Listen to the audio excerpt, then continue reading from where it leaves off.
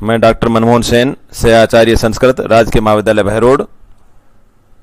आज हम BA part द्वितीय के संस्कृत के प्रथम प्रश्न पत्र में निर्धारित महाकवि बाणभट्ट द्वारा लिखित सुखनासोपदेश का अध्ययन करेंगे।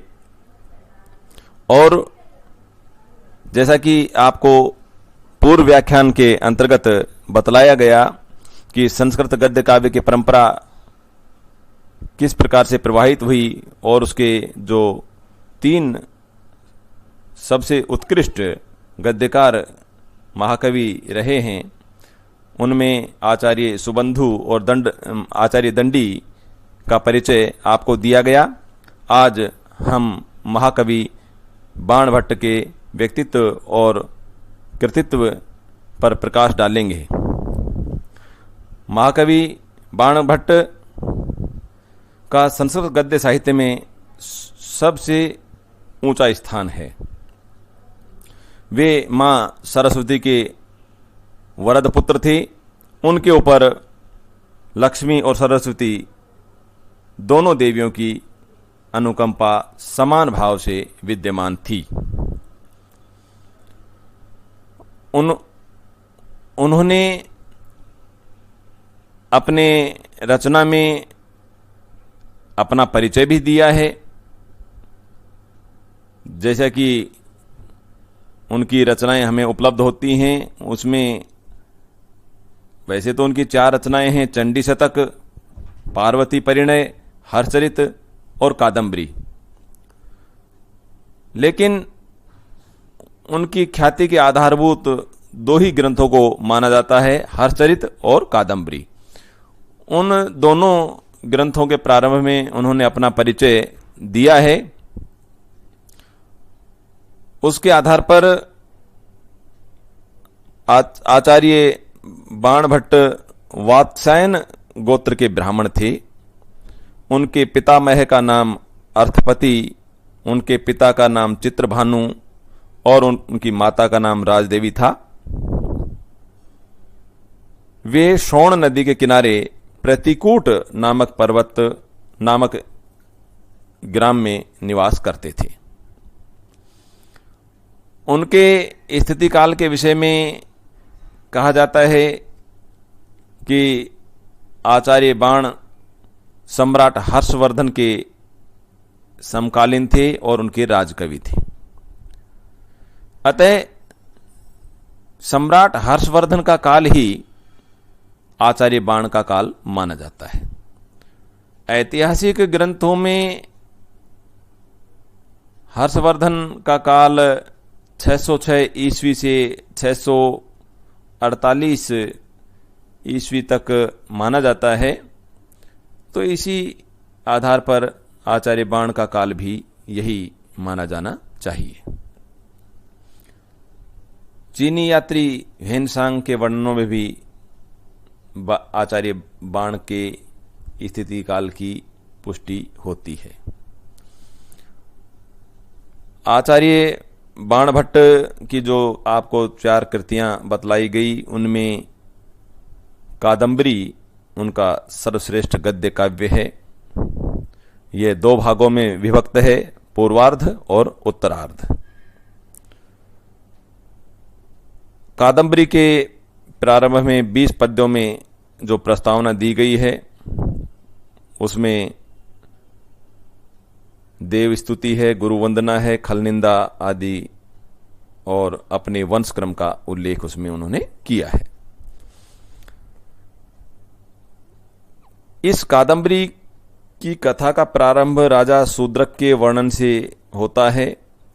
शूद्रक के यहां चांडाल कन्या वैशंपायन नामक शुक को लेकर पहुंचती है।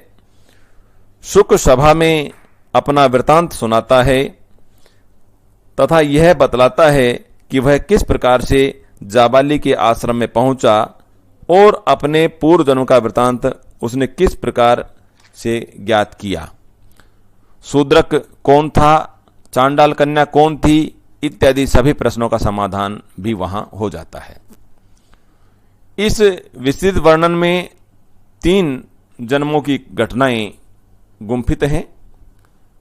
राजा शूद्रक ही अपने पहले जन्म में चंद्रापीड़ था और उससे भी पूर्व जन्म में श्वेत केतु पुत्र पुंडरीक था।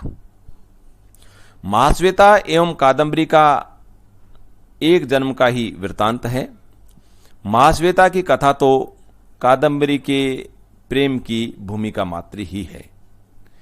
इस कथा की जो प्रमुख प्रधान नायिका हैं वो कादंबरी हैं, जिसके नाम पर इस ग्रंथ का नामकरण हुआ है।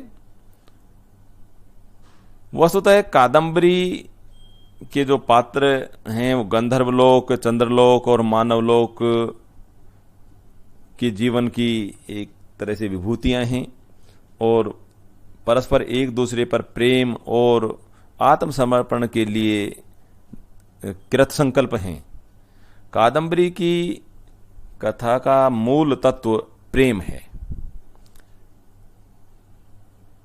कादंबरी के अंतर्गत महाकवि बाण ने कादंबरी की प्रणय भावना का विकास जो किया है वो मनोवैज्ञानिक रीति से किया है। कादंबरी के पात्र ऐतिहासिक न होकर के महाकवि बाण भट्ट की निजी कल्पना पर आधारित हैं। कादंबरी के अंतर्गत विभिन्न वर्णों के पात्रों का चयन किया गया है। राजा है, सेवक है, ब्राह्मण, तपस्वी, प्रेमी, प्रेमिका आदि इसमें हैं। कादंबरी में महाकवि बाण भट्ट का जो वर्णन है वह सर्वोत्कृष्ट है। चाहे वो ग्राम का वर्णन हो, नगर का हो, प्रासाद का हो, वन, उपवन आदि कोई भी क्षेत्र उनसे छूट नहीं पाया है। उन्होंने कहीं जाबाली के प्रशांत और पावन आश्रम की शोभा का सुंदर वर्णन किया है, तो कहीं राजा शूद्रक एवं तारापीड़ के विशाल ऐश्वर्य का चित्ताकर्षक वर्णन किया है। महाश्वेता की विरह विधुरा मूर्ति का सौम्य दिग्दर्शन कराया है, तो कहीं हिमालय का भव्य स्वरूप भी उन्होंने चित्रित किया है। इस प्रकार से इंद्र आयुध अश्व के वर्णन में बाण ने इतनी सजीवता उत्पन्न कर दी कि जो सहृदय पाठक हैं उन्होंने उन्हें तुरंग बाण की पदवी से विभूषित कर दिया और उन्होंने अपने वर्णन में कहीं पर भी कुछ छोड़ा नहीं है। बाण ने अपने वर्णन में कुछ छोड़ा नहीं है, इसे बतलाना सरल नहीं है। इसलिए उनके साहित्य को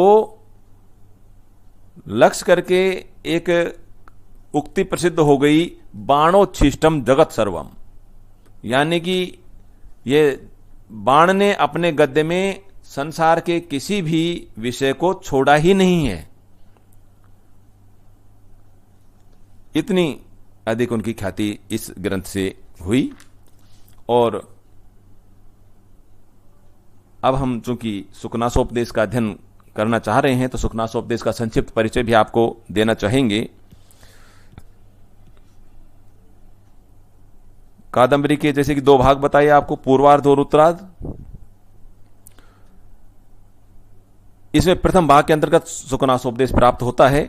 सुखनास राजा तारापीड़ का महामंत्री था। जब तारापीड़ के पुत्र राजकुमार चंद्रपीड़ ने अपना विद्याध्ययन संपूर्ण कर लिया और जब वे वापस आए तब राजा ने अपने पुत्र का युवराज्याभिषेक करना चाहा। इस तथ्य से राजा भली भांति परिचित था कि अभी तक राजकुमार को केवल शास्त्र ज्ञान ही प्राप्त हुआ है, जगत का व्यवहारिक ज्ञान अभी उसे है नहीं। अतः राजा ने चाहा कि चंद्रापीड़ को युवराज बनाने से पूर्व उसे व्यवहारिक क्षेत्र का भी कुछ ज्ञान कराया जाए।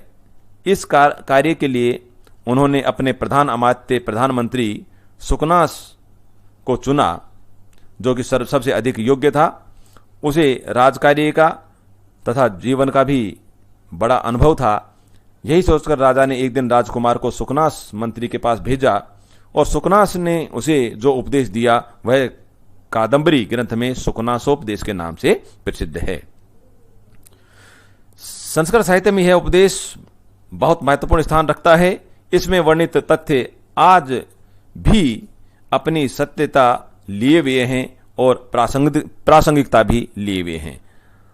आज भी उनका उतना ही महत्व है जितना प्राचीन काल में था।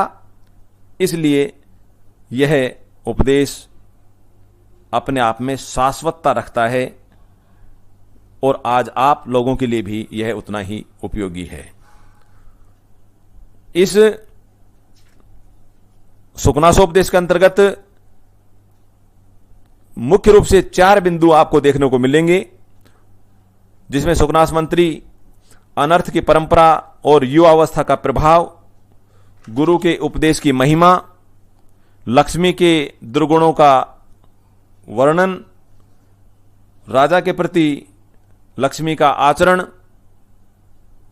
धूर्त वंचना, राज प्रकृति आदि पर प्रकाश डालेंगे।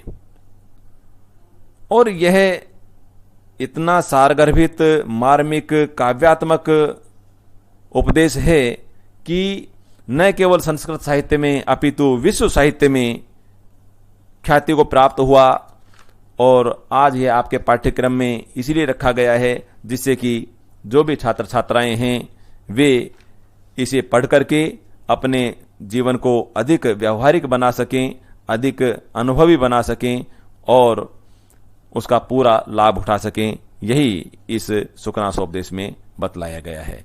आगे हम इस ग्रंथ को, इस सुकनासोपदेश को प्रारंभ करेंगे ये पाठ्य पुस्तक के रूप में, जो कि आपकी व्याख्या और प्रश्नों के रूप में होगा। अभी तक आपने इसकी भूमिका को पढ़ा, गद्य काव्य के बारे में और कादंबरी के विषय में, आचार्य बाणभट्ट के विषय में और सुकनासोपदेश के विषय में भी मुख्य मुख्य बातें आपको बतलाई गई हैं। और अगले व्याख्यान में हम सुकनासोपदेश को संस्कृत माध्यम से प्रारंभ करेंगे।